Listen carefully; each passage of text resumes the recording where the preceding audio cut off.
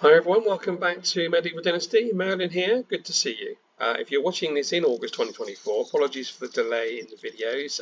Partly you're doing some off-screen work because the gap in between getting the next buildings is getting further and further apart. But also, as you can probably imagine, it's the Olympics on at the moment, so I've been watching a bit of that as well. But anyway, let's move forward. You're probably wondering why you're staring at a cave, which now seems to have a structure to it.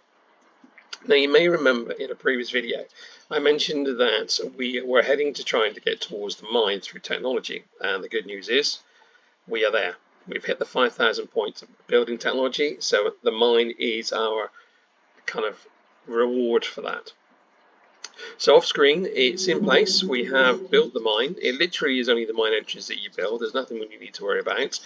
But if we go into the mine, you will see it's different to when you used to come into the cave. So we've now got torches and obviously a bit more decor on the side, and it goes really deep into here, so it carries on through as if it was a mine. Now you also on the wall, if you're in the mine and you get lost, you've got some arrows on the wall, and that will then guide you back out. So if we're heading back out, for example, there you go, another one there.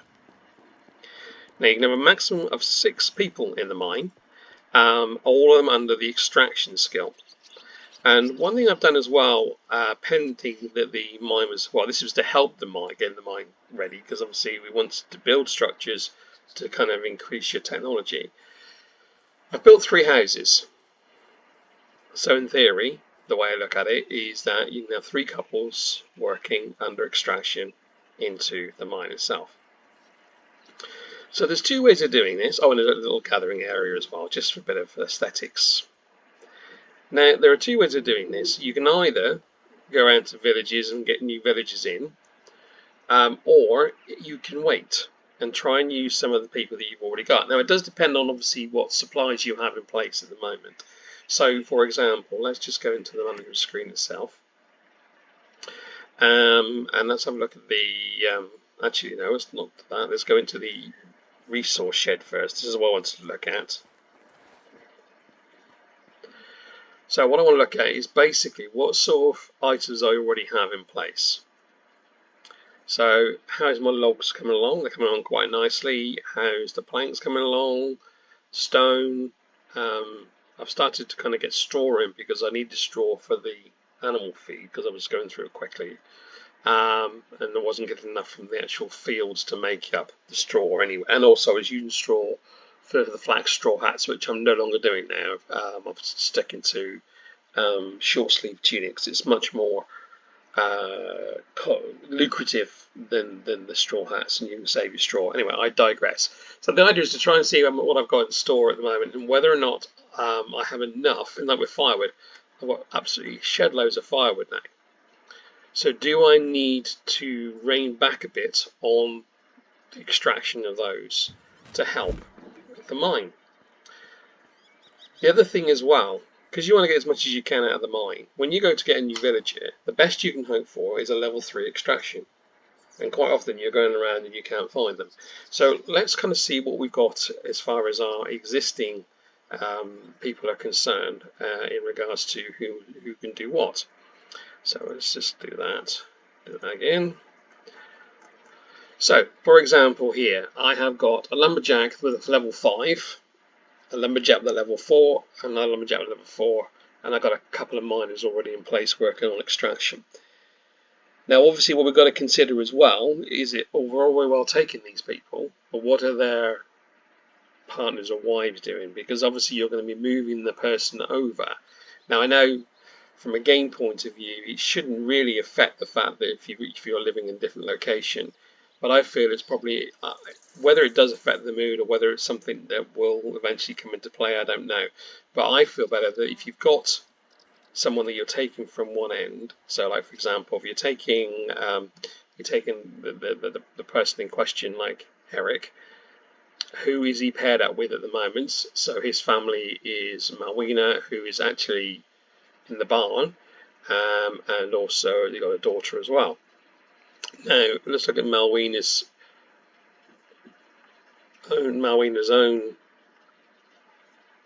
Let's have a look and see if I can find where she is. So really and truthfully, she really isn't going to help much in the way of doing extraction. So the next person we look on the list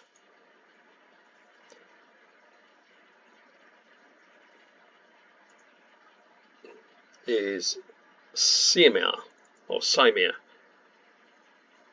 and we've currently got Czechoslovakia, who is currently a mother, so she's not working anyway. And if we look at her skill set,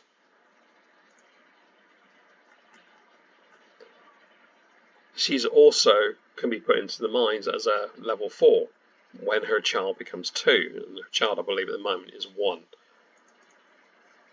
So this is a perfect example where we can take off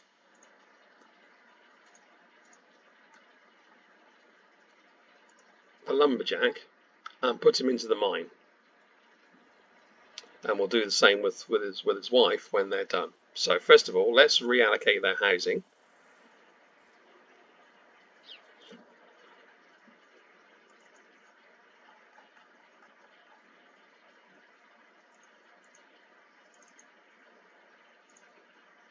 Okay, and then what we can then do is then allocate to the mine. So we'll have our first person in place.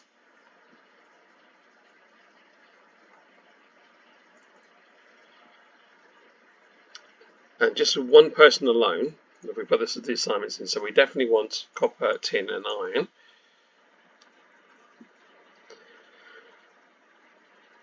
Primarily want a mixture of copper and tin to begin with. Let's see what he can generate out of the back end of this. So we'll say 20% on iron, and then 40% each on the other two. Now we'll adjust that now because the copper is more than the tin, so we want it to kind of even itself out.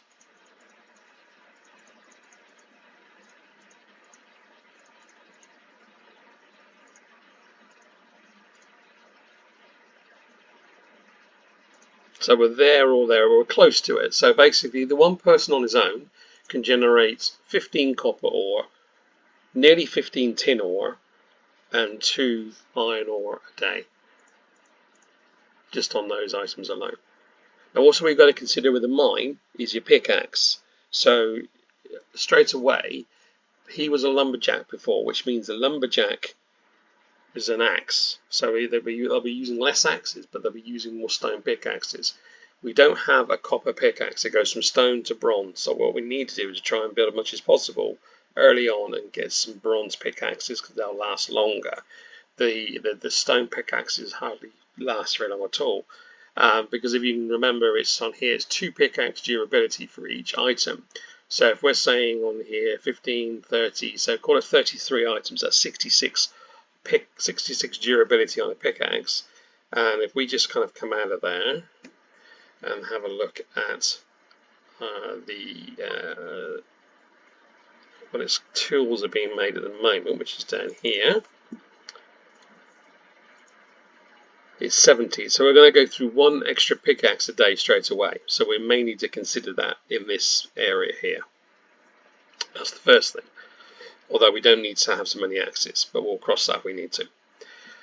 So that's just giving you an idea. I'll do the rest of them offline, so just to get you some in place. But that's going to be giving you an idea of trying to maximize the best way you can with your existing villages. Because mine is, for me, the mine is probably the most important when it comes to extraction compared to the extraction shed itself. The likelihood will end up with the extraction shed. At the moment, there's 1 extraction shed that is doing copper ore on its own. It may be that this person will stop doing that. We might change him to put him in to get to clay, and I'll come to the reason why in a moment. But other than that, it might be the fact that we may stop him doing, because so this particular one, for example, an extraction shed, he is generating 16 copper ore, and we've just seen 15 on the mine. Now, if we're going to put more people into the mine, there's less need to have this person doing copper ore. The reason why I mentioned clay is that I've noticed recently there's a lot more of the work buildings that are being needed to be repaired more frequently.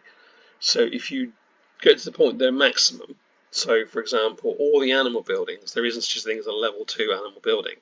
So if you insulate each of those, which are they need to be done by daub, which is where your clay comes in, so clay and straw equals daub, then it may reduce the amount of time, sorry, it may increase the time between repair requirements to get that done. So again, that may be the reason what we'll do. We may change the kind of requirements for clay. Now, of course, obviously, I've taken someone out of a woodshed. So what has that affected us in that way? So I mentioned before about firewood, in the sense that we have a lot of firewood in stock at the moment. In fact, we were generating something like 120 firewood a day. We only need about 100, and we've got absolutely loads in stock. So what I'm going to do now is, because that's now down to one person, I'm actually going to change the intensity on here.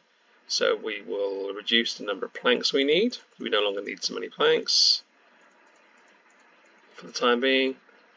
That takes us up to about, should take us up to about 64. We're still about 30 shy a day. It will mean that the firewood will come down quite quickly. However, if I increase the logs if needs be, so on here, I can increase firewood, because the intensity is actually already low. So I can actually put it back in, and also put some blanks back in, and also some logs back in. So kind of counteracting it on that basis. So there you have it. You have a working mine, currently with just one villager, but eventually we'll have up to 6 once I sort that out. Now I want to head back to the village because I wanted to show something else as well.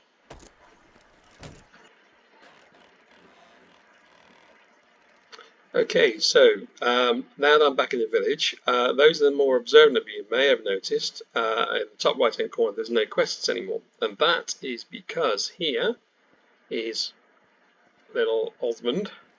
I took it from the list, because when you get to the point of your child being born, you have a list that comes up of names that you can choose. I know in the Oxbow map I think it's slightly different. You could potentially have a boy or a girl, but in the Valley map it's always a boy for your own heir. So yeah, this is the little fella, and in the corner his bed is currently a cradle. When he becomes 2, that will change to a normal bed again. So that means that all the quests are for now done. And again, if you go into the management screen, you can see my reputation is over 15,000. Now again, this is different to the Oxbow game, because I know you don't have a family storyline, and therefore your reputation is harder to come by, because you are dealing with a notice board. So I haven't played it, but that's what I've read. But at the moment, with the Valley map, it does, you're never going to have a problem again regarding getting villagers into your village. The other thing I wanted to show you is, last time, or a couple of videos ago, I mentioned obviously about how the residential area was looking. So looking at insulation, so there's more houses that are being insulated, and I mentioned that I was going to probably have a look at potentially re-looking at this area in due course. I've kind of gone one step further than that, because after thinking about it, I've decided that I will eventually revamp the residential areas. So these are the first 2 of potentially many new housing. Each of them will look a little bit, these are the actual middle houses, so they're the simple houses rather than the small house. So they're 4 berth, as you can see, and this one has got a mother and baby in as well. There you go. But also, because we were able to unlock the mine, we've also been able to unlock some other bits and pieces regarding decoration. So eventually what will happen is I'll be able to put inside decoration, and that will help the mood of your villagers. And we now have street lighting. So we've got a couple at the moment because they require wool. So I need the sheep to develop more wool so I can actually make more of these. Or I could just go and buy the wool thread and do it myself. But we'll do that in due course. But eventually, like I said, what will happen is that I'm going to try and make them a bit, rather than so close, they'll be a bit further apart. They'll have each their own little gardens, and there might still be a mixture of 3-berth and 4-berths. But in the meantime, what will happen is that this will all be expanded around, and a lot of these houses over here will eventually go, so they won't be so close together. Now, obviously that means, well, I've wasted time doing limestone. No, because when you demolish it, you will get some of your limestone back. But yes, so you can see over here, for example, one house is already gone. This used to be a house here, that's now no longer in place. So again, eventually what will happen is that a lot of these houses will, and it may be what will happen is I'll take every other house out. So you might find that every other house will be, and then I'll have a big gap in between. Or I may just do the whole lot. I'll see how it goes. But we'll watch this space when it comes to this. The reason why I kind of mentioned that to you is it, again, because you are building houses and then destroying the other ones, it all, in a way, helps towards your skills to increase your technology points. So for every building that you construct, you'll get technology point, even if you're destroying an old one to put in its place. But as always, how you design your town is entirely up to you. But eventually, it'll look a little bit different than it is now. The other thing as well, I'm going to see what my donkey is over here.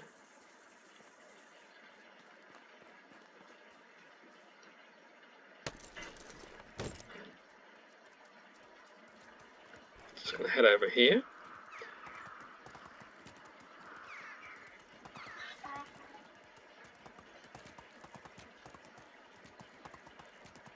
Yeah, so the other house that was here is also gone. They got demolished as well. But what I would also recommend is if you're building a new house to place somebody in that's already in situ in another house, make sure you build the house first before you destroy the old one. Otherwise they become classed as homeless and their mood will drop straight away. So we now have the final set of 4 fields in place that I'm going to build. So I've got 16 fields now. I've scrubbed these up myself. There isn't a farm worker in place at the moment, but there will be in due course. And again, a thought came to my mind the other day. Very early on, one of the things I said with regards to farm workers is that because you want to make sure that the farm is always operative, it's far better to have a male farm worker. Because if you have a female farm worker and they become pregnant, you then, without realizing, you could then lose crops or don't get crops paralysis at all. However, there is an exception to that rule, in a sense that if you have a family that's in a 3-berth house and you have no plans to relocate them to a 4-berth house, then the lady will never become pregnant again.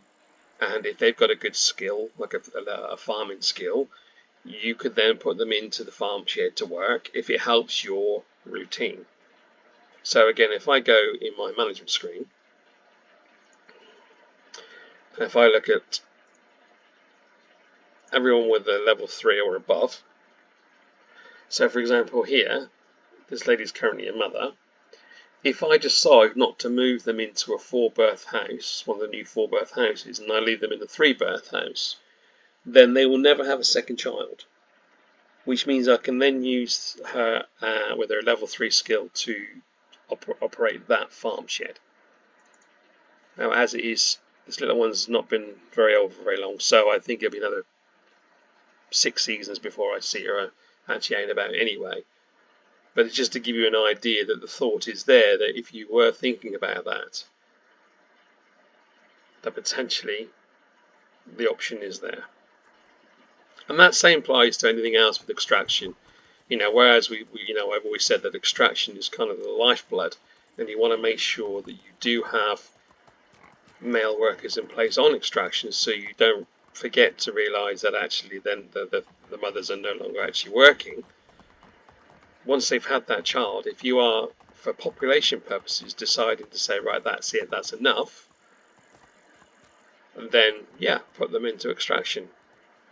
Okay, so one final thing for the video, I wanted to talk quickly about decorating the inside of your house. Now, decorating the inside of your house helps with the mood of the villagers. Obviously, insulation is one because it'll insulate from the cold, which means the fire requirement will go down. And eventually, these two new houses will have limestone as well. But what I wanted to start by doing is just kind of obviously do the floor and the ceiling. We'll start with the floor, and basically we need to make sure that we have the right one for the right. There we go. So I'm going to pick one for the front door, and as you can see, I've unlocked. There's some you can't unlock yet until later on, but I've unlocked all the other ones. So for example, here I'm going to put a goat fur, and you can put that in front of the door like that. Okay, and in the ceiling, you have in the bigger houses you have 6 slots. In the smaller, you only have 4. So let's just pick number 1. And we'll go with a hanging lantern. Where's that? So it's hung over there, and then we're going to move around, and we're going to go around this end. And I've got a feeling we've always got to aim it toward the attic. Yeah, you're trying to see in the background if it's kind of opposite, which it is. So I now have in this building, I now have 2 interior lights and a rug. Now, as night falls, which won't be just yet, it's a little while yet before it falls, but when night falls, we can see that basically these lights will come on, and in due course it will then kind of help the mood of the villagers in question. So time has passed on a bit, and as you can see, the lights have now come on outside, and as it gets dark, it does make it more prominent anyway. If we go inside the property as well, you can see you now have lighting inside as well. Now, there isn't a switch to turn them on or off, so they're on all night, but nonetheless it does help brightening up the place, and obviously again as it gets dark you can see the lights through the window, whether it's front or back. So there we are. So as always, I hope you've liked what you've seen today. If you do, press the like and subscribe button, and I look forward to seeing you in a future video where hopefully there'll be a bit more aesthetic moving going on, i.e. New kind of buildings being built for villagers to move into, looking a little bit different than it did before. I'm hoping to move technology-wise onto the next stage. So, for example, the builder's hut would be absolutely perfect to move towards next, because with the builder's hut, they do the repair work for you. The survival technology, I'm not too worried too much about at the moment, because I don't have anybody in the fishing hut to worry about it, or the herbalist hut. The farming technology, the next stage would be the apiary, and that's where you get your honeycomb. So again, no major hurry on that, but obviously that will help towards your tavern when the tavern is up and running. But again, that's a little away, much like the windmill. And again, talking about the tavern, we're talking well down the line here. However, market stall isn't that far away, so I will be looking to probably build a market stall to sell any excess items that I have in stock. As you can see, remember, we are building up quite a bit now. So on that note, again, thank you very much for watching, and I'll see you soon.